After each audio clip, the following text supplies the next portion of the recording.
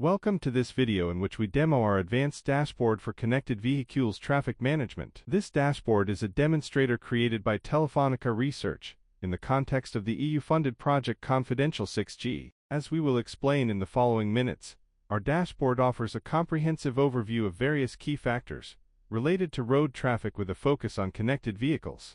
To better organize this demo, here you can find the various sections that you will find in the rest of this video. Let's start with the introduction and context.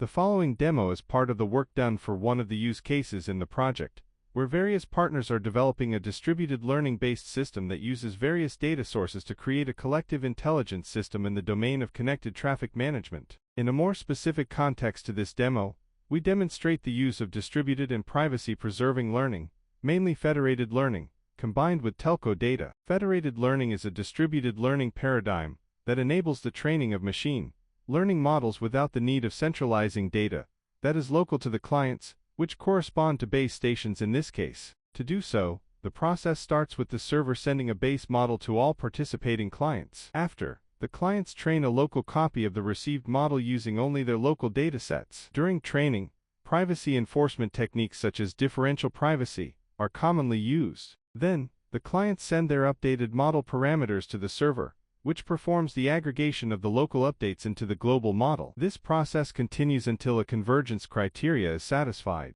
This setting allows for a comprehensive analysis of this scenario from the lens of a telco provider. Now, we jump to an overview of the demo. To do so, we will first introduce few technical details. Assuming the presence of EuCNC, we use location and mobility data, combined with federated learning to address two different tasks. The first of them is related to the prediction of traffic congestions, whereas the second focuses on predicting cellular handover. Both of them are very helpful to perform predictive resource allocation, which contributes to better resources consumption and optimized network functioning. Now, we will start with the demo for the traffic congestion prediction.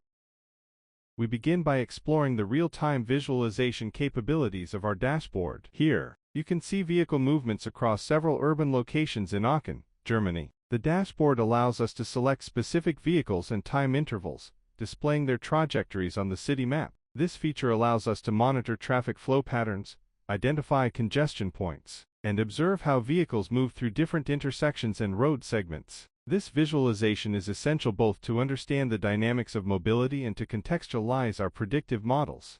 Next, we analyze the volume and distribution of cooperative awareness messages, or CAMs, which are periodically broadcast by connected vehicles. Our dashboard breaks down CAM traffic by location and by category, such as urban or highway environments. By examining these patterns, we can identify peak hours, detect anomalies, and understand how traffic intensity varies throughout the day and in different areas. This CAM message data not only supports traffic monitoring, but also serves as a valuable input for our federated learning models.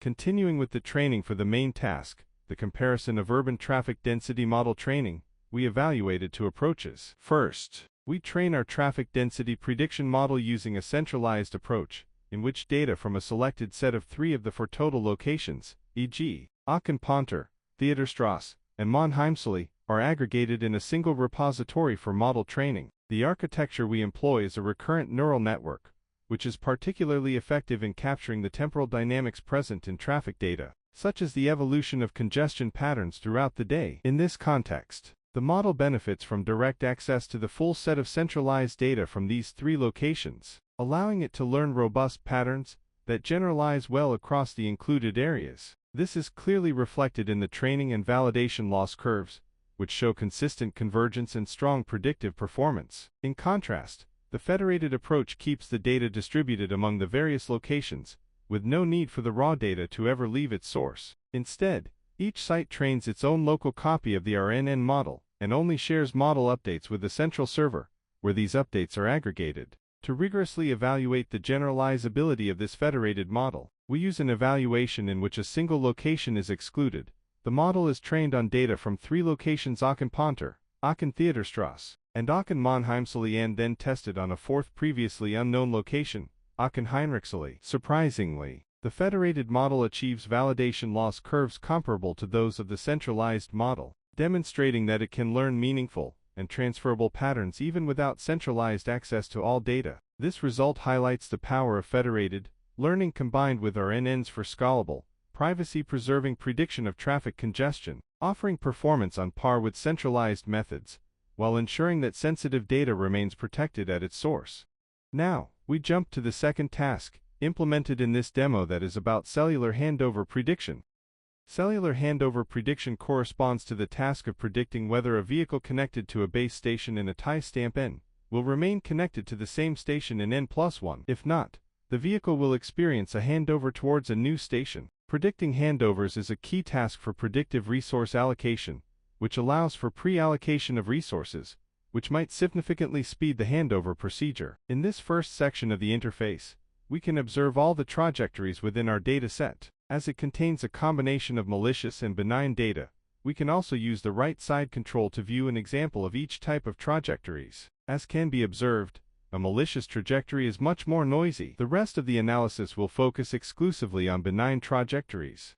This second part of the interface visualizes the coverage area of our OAS antennas, located in the sector where the vehicular trajectory data was collected. In this case, there is a total number of 7 different base stations. The histogram in the right shows the distribution of the number of EuCNC stations that each vehicle is connected to during the whole period in the dataset. The following section in the user interface contains information about the machine learning task. For that, we use federated learning to perform the training in a distributed manner. Once again, base station is a federated client training a recurrent neural net with their locally available data. A fraction of the timestamps available in the data are used for training the models. Now, we jump to the predictions, performed for last timestamps not used for training. For any timestamp t selected by the user, the fraction of cars connected to each station in t is depicted. Left-hand side bar plot shows the real values. Blue and red colors indicate the fraction of cars that will remain connected to the same station and will experience a handover respectively. The bar plot on the right-hand side depicts the predictions,